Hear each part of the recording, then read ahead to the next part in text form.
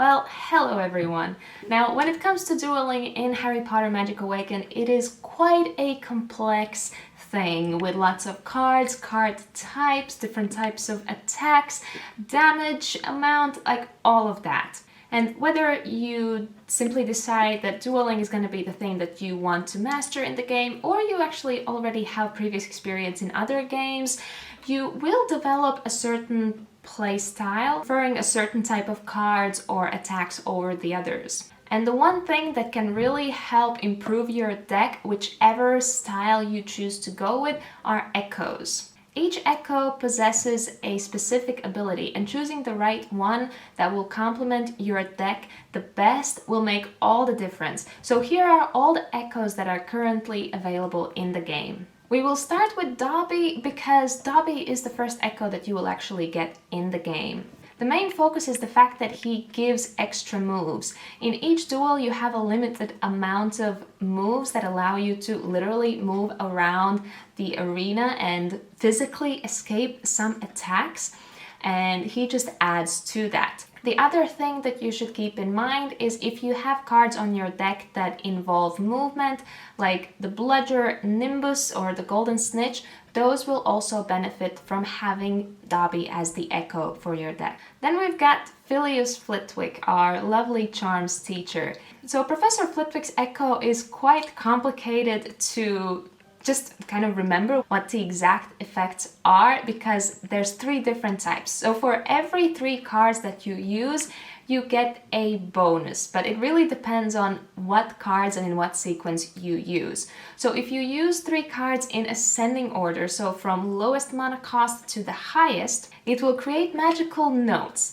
The last used card mana equals the number of notes that you will get, and it will deal 120% of your basic attack damage. If you go in descending order from highest to lowest mana cost, then the last card that you used will be cast twice. And then the very specific 5, 6, and 2 mana cost cards will provide a buff. So I would say that Flipfix probably for the more advanced players and those who have played this game for a little while, so you can actually keep track of this. For those who are just starting, there are easier ones to help you get through the duels. We've got Harry Potter as one of the echoes. He's a pretty simple one, like if you want to cause damage, then this is probably the thing to go for. So Harry's echo increases damage and healing for 3 mana cost spells.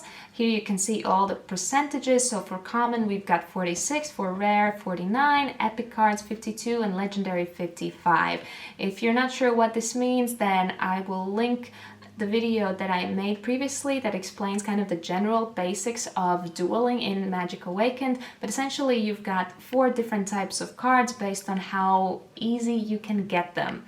So common ones are of course the most common, and legendary are the hardest to get. The thing to remember about Harry's echo is that it really focuses on spells. Then we've also got Hermione Granger. With Hermione, spells are also something to keep in mind. So after using every 3 to 4 spells, the cost of the most expensive spell that you have on your deck will be reduced by 50%. So you won't have to wait as long for your mana to charge to be able to use that high costing spell. So it is good to have both low and high costing spells on your deck, because the low ones you can use up quickly and then just go straight to the high costing one without having to wait for your mana to charge. Another echo is Luna Lovegood. She adds a magical creature card to your deck that you can use indefinitely, and its cost will be fixed at 2. And depending on how many other spells you use, that card will be upgraded in its strength while its cost still remains 2. We've also got Neville Longbottom.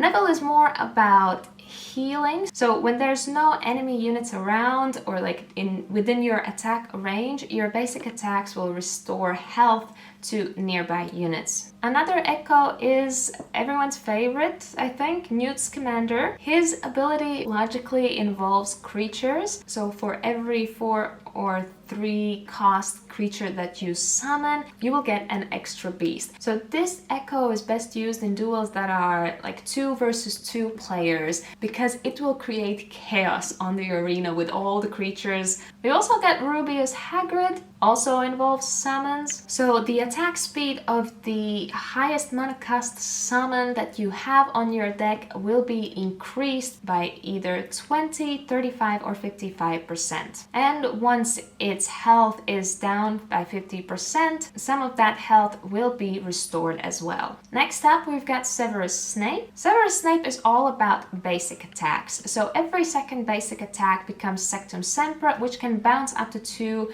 times, causing damage to nearby enemies. Your basic attack is increased by 10, 20 or 30%, and must-haves on your deck to go along with Severus Snape would be cards such as Time Turner as well as Kevin as a companion. Basic attacks are essentially attacks that your character will do that don't involve cards. So if you see your character just randomly making spells with their wands, even though you're not using any cards, those are basic attacks. And those only work in close range, so if you want them to actually cause any real damage, it's best to have Accio on your deck as well, because you can definitely use that to pull the enemies closer, and that's when you can use your character's basic damage to cause some damage. A new addition is Sirius Black. So after equipping the Echo, the wizard can create a link with a nearby friendly unit, and this link will constantly provide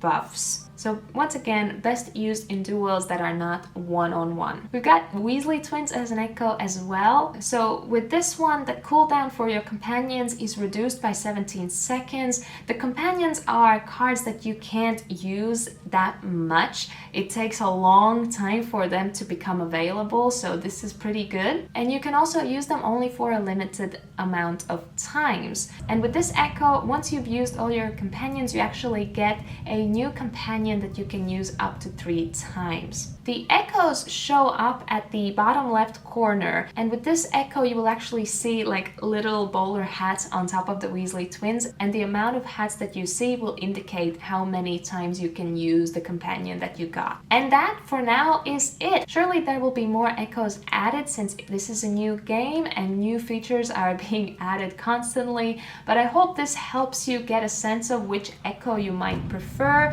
which fits your game style better. Thank you for watching, and I'll see you in my next guide. Bye!